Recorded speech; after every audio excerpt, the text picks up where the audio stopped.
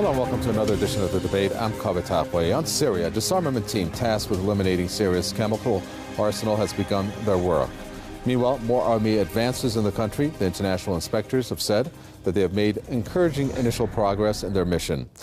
Meanwhile, government forces have taken back control of a strategic town in the northern province of Aleppo. At the same time, a local leader of the Al-Qaeda affiliate, the Islamic State of Iraq and the Levant, together with his deputy, were killed. In this debate, we'll discuss those developments and examine the possibilities of the Geneva II conference. More army advances in Syria.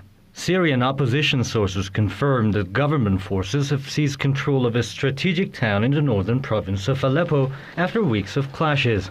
They say dozens of people on both sides have been killed in the battle for Khanasser.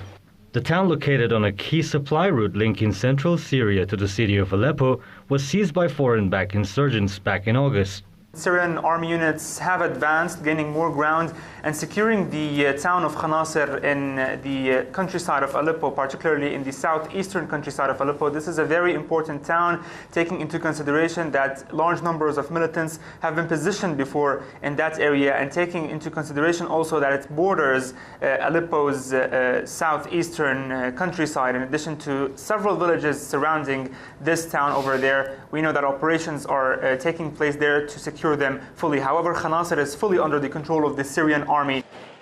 Syrian media have called the takeover a major development that opens the way to allow aid to reach the city of Aleppo.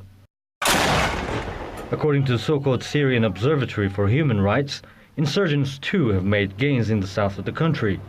Foreign-backed militants are said to have seized the village of Bakar in Daraa province.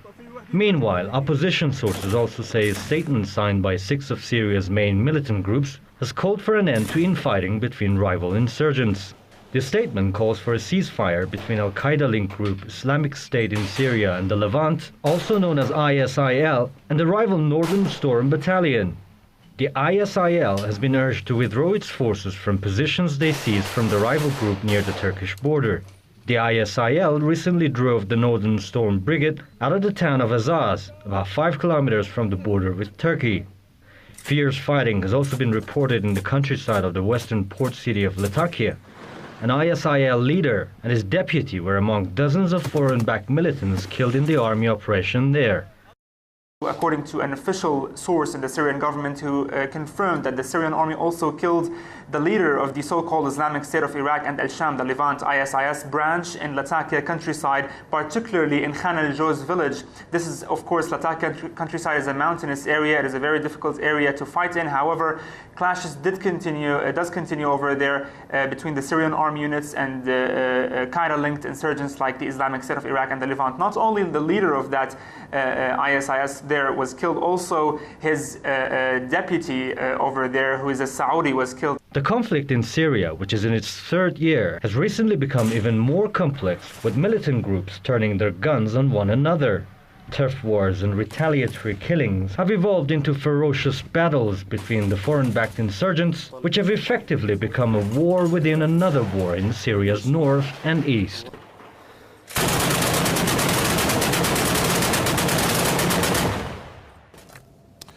Let's find out if we can get some answers to this complex situation that has occurred in Syria and it's been ongoing for quite some time. Executive Intelligence Review Lawrence Freeman joins us from Washington. And from the Center for American Progress, Lawrence Korb also joins us from Washington. Gentlemen, welcome. Lawrence Korb, let me first start with you on this team that's assigned with implementing a UN resolution. This is a obviously very sensitive issue. They have to make sure not only that the dismantling takes place, that steps are taken towards that, but also that if things go wrong, that obviously the consequences may be going back to the UN Security Council, of course, the Chapter 7 deal there. What guarantees are there that this team is going to conduct their investigations and that it's not going to be unbiased? Well, there is no guarantees, and that's part of the problem. Before you send the inspectors in, you're going to need to ensure that they can carry out their job, because this is a UN resolution supported by both the Russia and the United States and the other members of the Security Council. But the situation you're describing is the reason that General Dempsey, the chairman of our Joint Chiefs of Staff, said, you know, we don't know, regardless of who prevails there, it's not going to be good for Syria and for the world. Well, Lawrence Freeman, let's look at Article 14 of this UN resolution, and I'd like to review that with you. Member states shall inform immediately the Security Council of any violation, including acquisition by non-state actors of chemical weapons, their means of delivery and related materials in order to take necessary measures. Now, you have Russia and Syria that say that they have proof that insurgents have their hands on chemical weapons. They've submitted a report to the UN to that effect. Why isn't there now any action taken in that regards? Why is all the onus on the Syrian government? Well, I think what you've seen is that the Russians have, for a long period of time, been calling for an investigation of a chemical attack that took place in March of this year, and have presented the United Nations Security Council with evidence of 3 attacks by the opposition. And in fact, the attack on August 21st, despite the ravings of Susan Rice and Samantha Powers and Obama and Kerry, there was no proof presented that this was actually conducted by the Syrian government. In fact, the reports that I've read show that the shells that were found were shells that went from Libyan arsenals that were given to the Libyans in 1970s, and that the Syrian opposition has.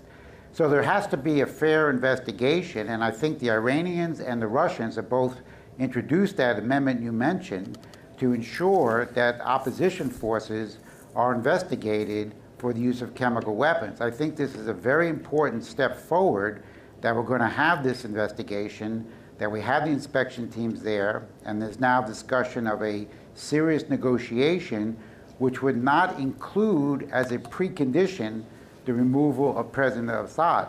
In fact, there's people breaking from the Syrian Opposition Free Army to meet with the government to discuss an actual Syrian solution rather than a solution imposed by the Obama administration, which it was pushing the situation to the brink of war before the American people spoke out and the Russians stepped in with their flanking maneuver. So now we're at least on a better course than we were 3 or 4 weeks ago.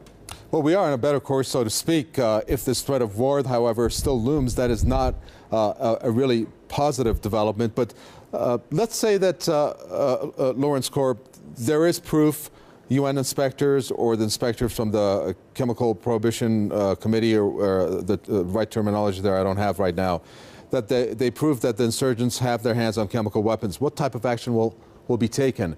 I mean, is there a concerted will there to do something about that?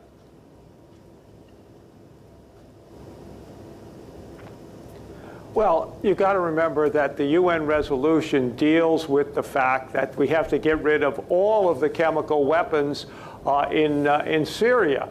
And again, the way I read the UN report, while they did not blame the Syrian government, I mean, it's pretty clear when you read that it had to be the government that was using them.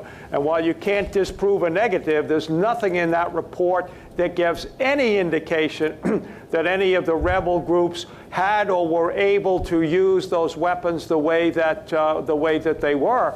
And I think that's one of the reasons why they were able to get the Security Council resolution through, and why the Assad government agreed to give up the chemical weapons, which previously they denied they even had. So I don't see that. Now, obviously, you want unbiased inspectors in there. You want to make sure they do their job. But the real issue is to get rid of all of those chemical weapons now that Syria has signed the Chemical Weapons Convention. Well, you have that on one side, Lawrence Freeman, and on the other side, you have this fundamental question that I think needs to be answered is, while the crisis maybe cannot be stopped immediately at this point, you still have these insurgents that are being armed by either Western countries indirectly or directly, but particular regional countries that are directly involved with arming and funding these insurgents. Doesn't that need to be stopped? Countries like I'm sure you're aware of, like Saudi Arabia and Qatar.